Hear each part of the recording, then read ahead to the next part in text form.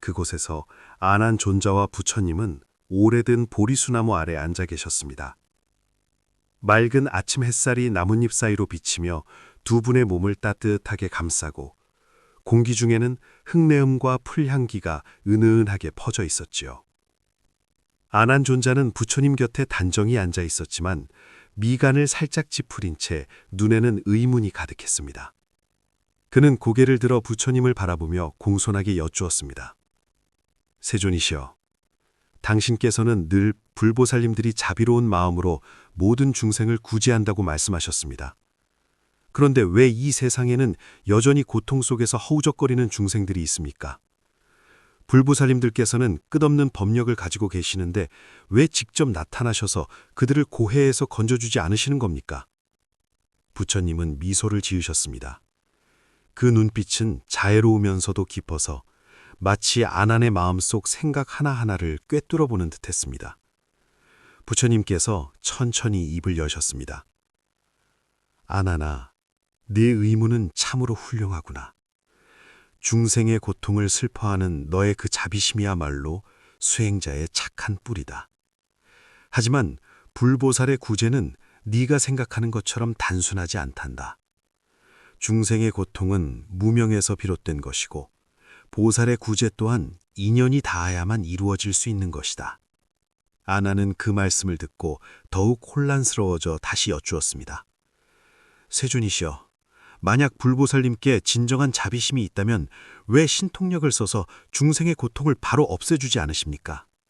설마 불보살님께서도 어찌할 수 없는 순간이 있다는 말씀입니까? 부처님은 고개를 가볍게 저으시며 온화하지만 단호한 목소리로 말씀하셨습니다. 아나나, 불보살의 자비는 끝이 없지만 중생의 업력 또한 망망대해와 같단다. 불보살은 방향을 가리킬 수는 있어도 중생을 대신해 노를 저어줄 수는 없다. 중생이 손을 뻗지 않는데 불보살이 어찌 그들을 안전한 곳으로 끌어올릴 수 있겠느냐. 아나는 고개를 숙이고 잠시 생각에 잠겼다가 다시 물었습니다. 부처님과 인연이 있는 사람만 구제받을 수 있는 것입니까? 부처님은 고개를 끄덕이며 답하셨습니다. 아나나, 네가 아주 중요한 점을 짚었구나.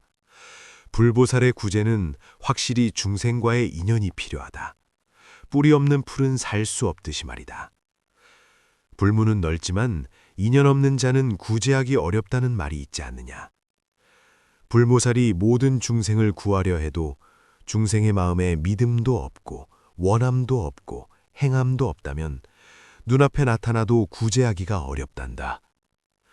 아나는 뭔가 깨달은 듯 다시 여쭈었습니다. 그렇다면 어떻게 해야 불보살님과 인연을 맺고 그 구원이 자신에게 임하게 할 수 있습니까?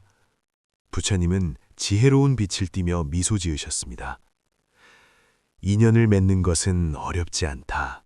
그저 선한 마음을 품고 널리 좋은 인연을 맺으며 부지런히 수행하면 불보살과 마음이 통하게 된다. 불보살은 언제나 중생 곁에 있지만 중생들이 보아도 보지 못하고 들어도 듣지 못할 뿐이다. 오늘 내가 너에게 불보살 구제의 비밀을 말해줄 테니 그 이치를 잘 새겨 듣거라.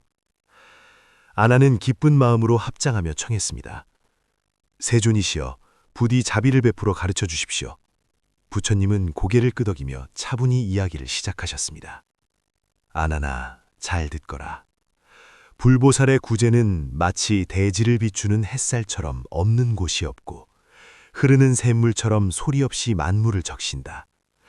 하지만 중생이 마음의 문을 닫고 받아들이기를 거부하면 그 구제는 나타나기 힘들다. 이제 내가 몇 가지 이야기를 들려줄 테니 그 뜻을 깊이 헤아려 보아라. 부처님은 잠시 눈을 감았다 뜨시며 첫 번째 이야기를 시작하셨습니다. 옛날에 한 노파가 살았는데 그녀는 자신이 독실한 불자라고 믿으며 매일 염불하고 경전을 외웠다. 어느 날 마을에 큰 홍수가 났다. 물은 순식간에 불어나 집과 논밭을 삼켰고 노파는 지붕 위로 피신해 고립되고 말았다. 다급해진 그녀는 합장하고 관세음보살님께 간절히 기도했다. 제가 평생 염불을 했습니다. 오늘 이 큰 재난을 당했으니 관세음보살님 제발 저를 구해 주십시오. 관세음보살은 자비로운 분이니 당연히 그 기도를 들으셨지. 얼마 후 한 젊은이가 작은 뗏목을 저어 노파에게 다가와 말했다. 어르신, 물이 점점 불어납니다. 어서 이 뗏목을 타고 피하시지요. 하지만 노파는 젊은이와 초라한 뗏목을 번갈아 보더니 고개를 저었다. 이 뗏목은 너무 작아서 위험해 보여요. 나는 관세음 보살님이 구해주시길 기다리고 있으니 젊은이나 어서 가시오. 젊은이는 어쩔 수 없이 뗏목을 저어 떠났다. 젊은이와 중년 남자, 그리고 다른 사람들의 모습으로 당신을 구하러 갔었습니다. 하지만 당신이 다 거절했지요. 이제 내가 당신을 구했는데 아직도 보살님이 나타나지 않았다고 불평하다니 이 무슨 도리입니까? 아나는 그제야 무릎을 쳤습니다. 아, 그렇군요. 불보살님은 늘 우리 곁에 계시지만 우리가 집착과 어리석음 때문에 그 구원을 놓치고 있는 것이었습니다. 부처님은 칭찬하며 말씀하셨습니다. 맞다. 이것이 바로 인연이 없으면 구제할 수 없다는 이치다. 중생이 거부하면 마치 뿌리 없는 풀처럼 물을 머금지 못하는 법이지. 아나는 크게 깨달았지만 한 가지 의문이 더 생겼습니다.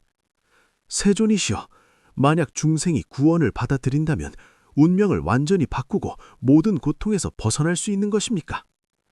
부처님은 깊은 눈빛으로 말씀하셨습니다. 아나나, 내 질문은 불법의 또 다른 중요한 진리인 인과에 닿아 있구나.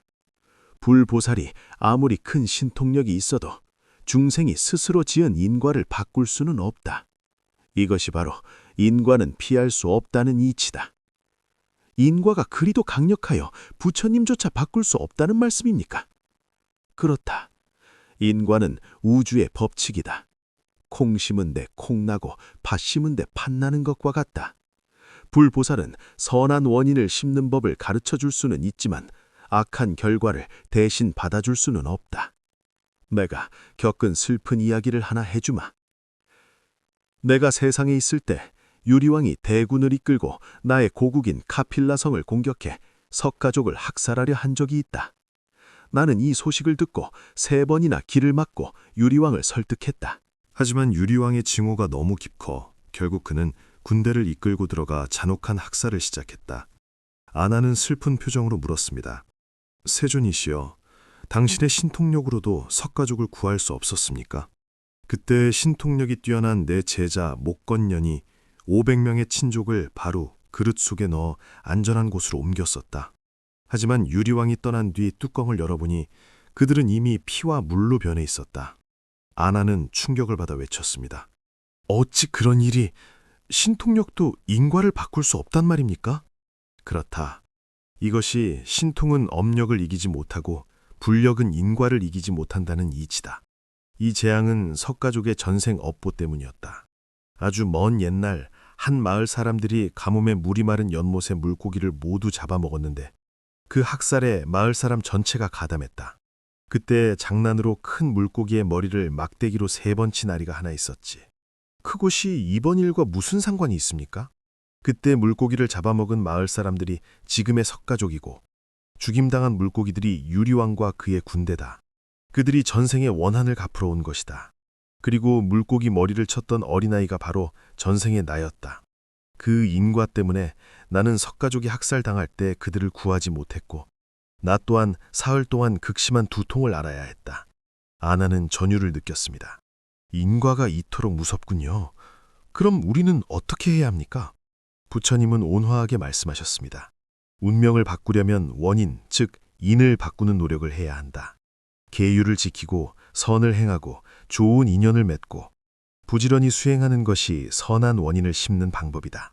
그래야 악업이 사라지고 복이 쌓여 고통에서 벗어날 수 있다. 인과는 거스를 수 없지만 수행을 통해 미래의 결과는 바꿀 수 있다.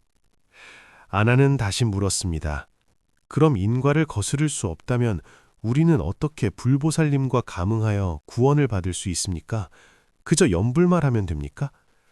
염불도 중요하지만 그것은 형식일 뿐이다. 진정한 감응은 마음이 불보살과 하나가 되는 데 있다. 비유를 들어보자. 깊고 캄캄한 구덩이에 빠진 사람이 있다. 위에서 누군가 밧줄을 내려주며 이걸 잡으세요. 끌어올려 주겠습니다. 라고 외친다. 그런데 구덩이 속에 사람이 꼼짝도 않고 손을 뻗지도 않는다면 밖에 사람이 어떻게 그를 구하겠느냐. 불보살의 구원은 그 밧줄과 같다.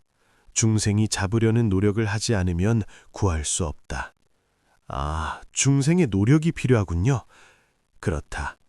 마지막으로 한 농부의 이야기를 해주마. 가난하지만 성실한 농부가 있었다.